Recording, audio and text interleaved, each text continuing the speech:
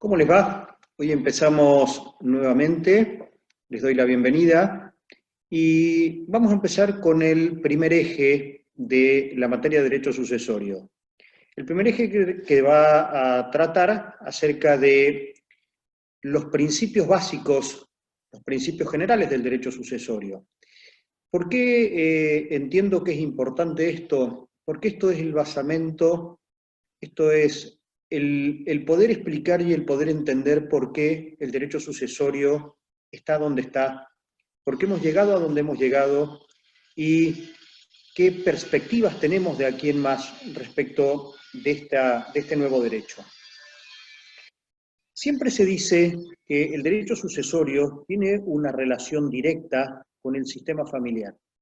Es cierto que el derecho sucesorio mayormente se basa en los vínculos de sangre, o sea, en las relaciones familiares. Ahora, lo primero que en realidad nos deberíamos preguntar ¿es cierto que actualmente el derecho sucesorio sigue las mismas tendencias que ocurre con el derecho de familia?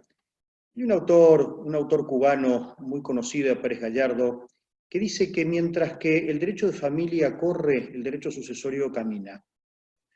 Pareciera que no se ve de la misma manera el derecho sucesorio y el derecho de familia, que tan unidos deberían estar. Las familias, hoy en este momento, ustedes habrán visto que se aparta en muchos casos de lo biológico, importa mucho lo afectivo, aparecen nuevas formas familiares, y la pregunta es, ¿aparecen nuevos herederos? Así como en el sistema familiar, los hijos de una pareja donde el padre no es el padre biológico, pero lo trata como hijo y él se siente hijo de esa persona, aparecen responsabilidades de ese padre no biológico con este niño, y aparecen responsabilidades también de esa persona para con su padre, y sin embargo queda descartado del sistema sucesorio. O sea, el sistema sucesorio no siempre va de la mano del sistema de familia. Todo el sistema familiar, hoy por hoy, es totalmente diferente a lo que ocurría hace muchos años. Hoy nos regimos por la inmediatez. Es todo transitorio. Los cambios son vertiginosos. Hay una gran modificación en cuanto a lo afectivo, en cuanto a los intereses, en cuanto a las metas, en cuanto a los objetivos. Entonces, el tema, cuando uno empieza a pensar también las nuevas tecnologías, el internet, las fotos, las monedas virtuales, todas estas cosas que no están pensadas, no están reguladas todavía para el sistema sucesorio. Todo lo que es la virtualidad, todo lo que es lo no tangible, no tiene todavía cabida en el derecho sucesorio. El Estado casi no tiene límites ni pone límites a las relaciones personales, pero sí existen límites en cuanto al sistema sucesorio. Hay un gran respeto a la libertad en el derecho de familia y un gran respeto a la autonomía personal. Y creo que no ocurre lo mismo en el derecho sucesorio.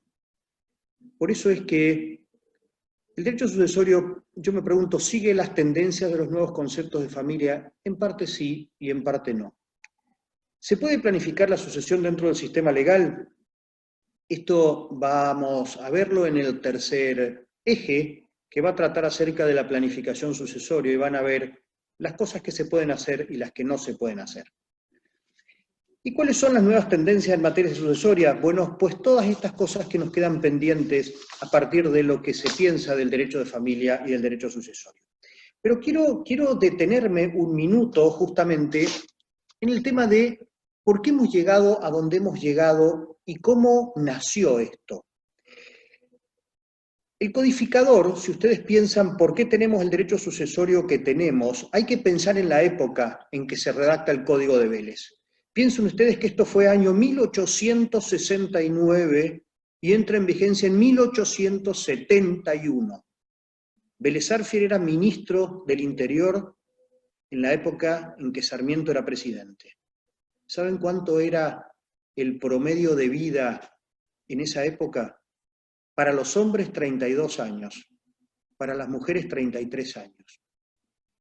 Cuando uno piensa esto, uno dice, es lógico que se haya redactado un código como el que se redactó, en lo que aparece como prioritaria la protección de las personas menores, donde aparece prioritaria la protección del cónyuge, por supuesto. ¿Y por qué esto? Y porque, como decía Vélez, somos un país de inmigrantes y entonces, en el derecho español, que era el que nos regía, tiene prioridad la sucesión de los colaterales, o sea, los hermanos, antes que el cónyuge. Vélez Sarsfield dijo, si este es un país de inmigrantes y acá el cónyuge es quien está del lado de la persona que trabaja día a día, tenemos que protegerla más. Y también se pensó en una protección de las personas menores de edad. ¿Por qué? Pues porque si las personas morían a los 33 o 32 años, lo lógico es que dejaran personas, hijos, menores de edad. Entonces, de ahí es donde uno alcanza a entender por qué este modo tan estricto de pensar del codificador. Y cuando hablaba de las legítimas, esas porciones que necesariamente debían distribuirse entre los herederos, se hablaba de 4/5, o sea, el 80% debía distribuirse en los hijos. ¿Por qué? Pues porque justamente este era un principio moral, era un principio ético dejarle las cosas a los menores. Ya en la gran reforma que se hace en el año 68, lo que se llamó la reforma de Borda, la ley 17711, el promedio de vida ya era los hombres 62 años y las mujeres 69 años. Ya es diferente, pero sin embargo siguió la idea de esta gran protección. ¿Qué también podemos decir respecto del Código de Vélez y la gran influencia que tuvo el Código de Napoleón y la Revolución Francesa? En aquella época se pensaba que todo era el derecho individual de las personas. Entonces era lógico que se pensara que cualquiera podía pedir la partición de los bienes una vez producida la muerte del causante. Entonces yo tenía derecho a abrir la sucesión y pedir mi parte rápidamente. Claro, hoy no se entiende tanto esto porque es necesario algunas veces que algunos bienes no se tengan que dividir, porque aparecen las pymes, aparecen las pequeñas, las empresas familiares, y si cada uno se lleva su pedazo, se va a llevar seguramente la riqueza de un país y se va a llevar la riqueza de una empresa. Y seguramente van a quedar personas en la calle. Entonces, hoy se piensa más en las cosas que no sean tan divisibles, sino encontrar mecanismos para que las personas y para que estas empresas puedan seguir subsistiendo. Entonces, va a ser muy importante el tema de intentar no dividir esta fuente económica tan importante para el país. La autonomía personal, así como en materia de familia nosotros tenemos una autonomía personal progresiva, y el orden público casi no existe, salvo cuando nosotros vamos a pactar cuestiones alimentarias. En materia de familia es muy fuerte el orden público. Es muy fuerte cuando hablamos de legítimas, es muy fuerte cuando uno habla de las posibilidades de realizar pactos sobre herencias futuras, donde hoy por hoy aparece un artículo, el 1010, que nos dice que, bueno, cuando se trata de establecimientos comerciales, se pueden hacer pactos, pero ojo, sin violar la legítima. Entonces, volvemos a tener el valladar de las legítimas como sumamente importante a la hora de poder definir. El orden público en cuanto a las formas de testar, el orden público en cuanto a los órdenes sucesorios. Esto que yo les decía recién, lo socioafectivo ya no existe. No existe, por lo menos hoy actualmente, en materia de derecho sucesorio, y es tan importante en materia de derecho de familia.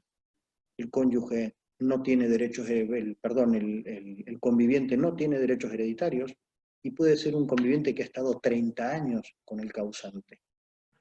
Entonces, tenemos que darnos la oportunidad de pensar el nuevo derecho sucesorio y por eso los invito a que hablemos y a que piensen a partir de lo que nosotros vamos a trabajar en este semestre.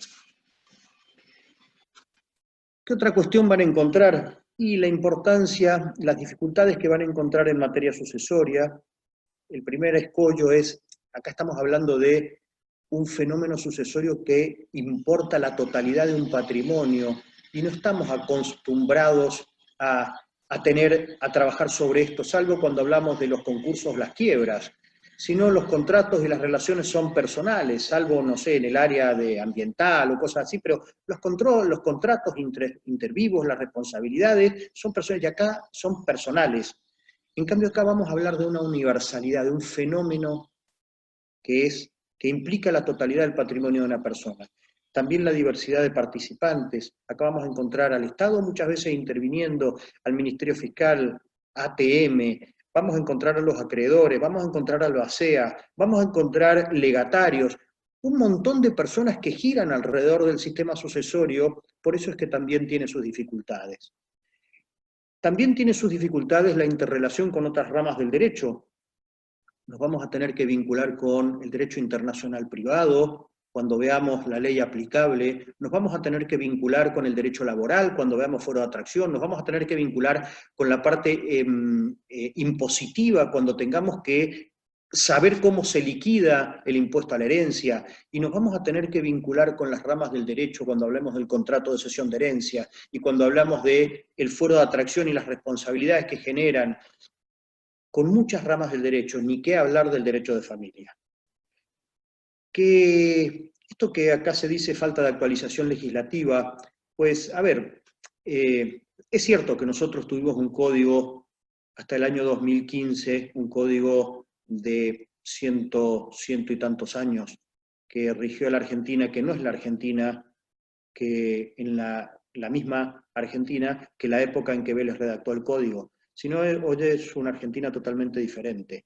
Y es cierto que hubo una actualización legislativa muy importante, pero entiendo que esa actualización legislativa hizo más a la forma, a la redacción, a la claridad, pero no se tocaron los ejes fundamentales. Y estos 5 años, desde el 2015 hasta ahora, el cambio abrupto que ha habido en el sistema familiar y en el socioafectivo, todavía no hemos logrado llegar, creo yo, particularmente, en materia sucesoria. Por otro lado, tenemos un Código Civil y Comercial que nos regula normas de procedimiento, y tenemos un Código Procesal Civil, Comercial y Tributario nuevo en la provincia de Mendoza, que también tiene normas de procedimiento. Entonces, algunas veces van a ver ustedes desfasajes entre una cosa y otra, pues las tendremos que tener muy en cuenta cuando veamos el proceso sucesorio, que precisamente este es el segundo eje dentro de lo que es la materia. Así que les doy la bienvenida y seguimos trabajando. Muchas gracias.